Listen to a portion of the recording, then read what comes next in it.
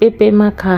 পেঁপে রান্না করতে বসলাম, তখন দেখতেছি মুখে দিয়ে একটু পেকে গেছে। তো একটু আচার দিয়ে বানাবো।